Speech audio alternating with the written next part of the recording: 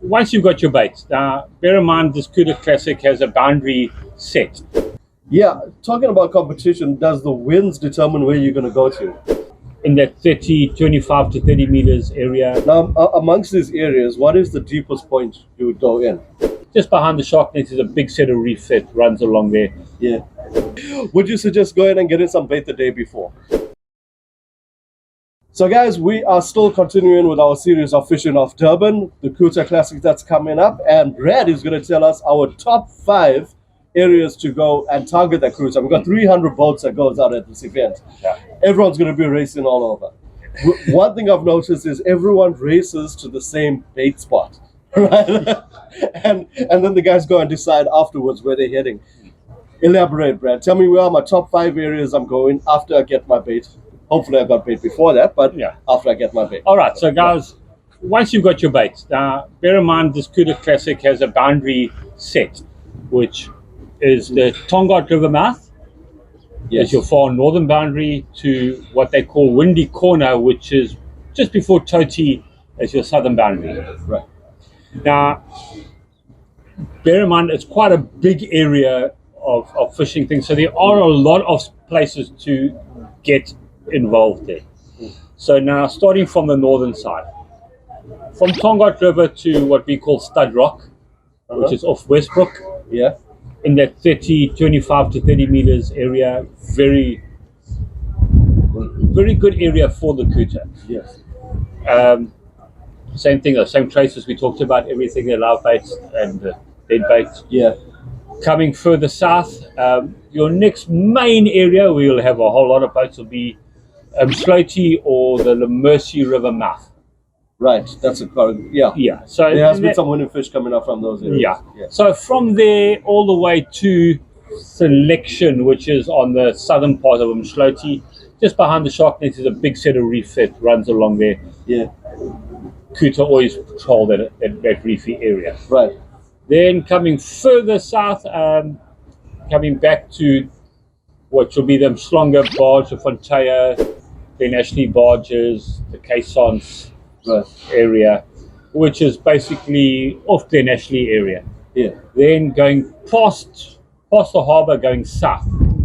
Now we have the whole bluff area. Now that all the way from the bluff, from the fences, all the way through to the cuttings. Mm-hmm. The actual cuttings board is also a very, very good place. Trawl up and down that whole area. And then on the far southern boundary, which will be Windy Corner on itself, which is by the Toti River. Now, generally in the competition, I'll spend one day north, one day south. Yeah, talking about competition, does the winds determine where you're going to go to? Yes, I always travel into the wind in the morning so I can come back with it behind me. Okay, yeah. I remember that from previous comps as well. Yeah, so it's easier to bang it into the wind in the morning and then come back with the wind behind you. That's generally how I fish. If you have 2 days of northeasters, then generally then you've got to make a decision if you're going to go north both days, or 2 days southeasters or southwesters. Yeah, go south 2 days. Now, amongst these areas, what is the deepest point you would go in? You know, it's ranging from 15 meters up to some places on the deeper pinnacles of 45, 50 meters. Okay, so if I was fishing that Sloty area, I would start 25 to 35 meters. Oh, okay.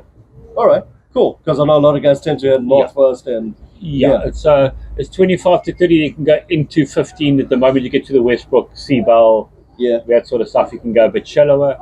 But Sloty is generally that 25 to 35 meters. Okay. Now, going and getting my bait in the morning before I head to my destination, give me some tips off that. All right. Once again, are you going north or are we going south? So going north, let's talk north here. We have the containers. Shipping containers, they fell off the ship years ago. Yeah. There's one. Then we have the barges. Now, a lot of the time, a good place is to go to the barges because once you've got your bait, you can fish straight away. Okay. You don't have to run. Cool. So you've got stronger barge, National barge, the Caissons. Yes. All of that area. They all have bait on them. Right. Okay. People like me, I'm privileged. I have a cage behind the boat. I get my bait the week before. I don't have to stop.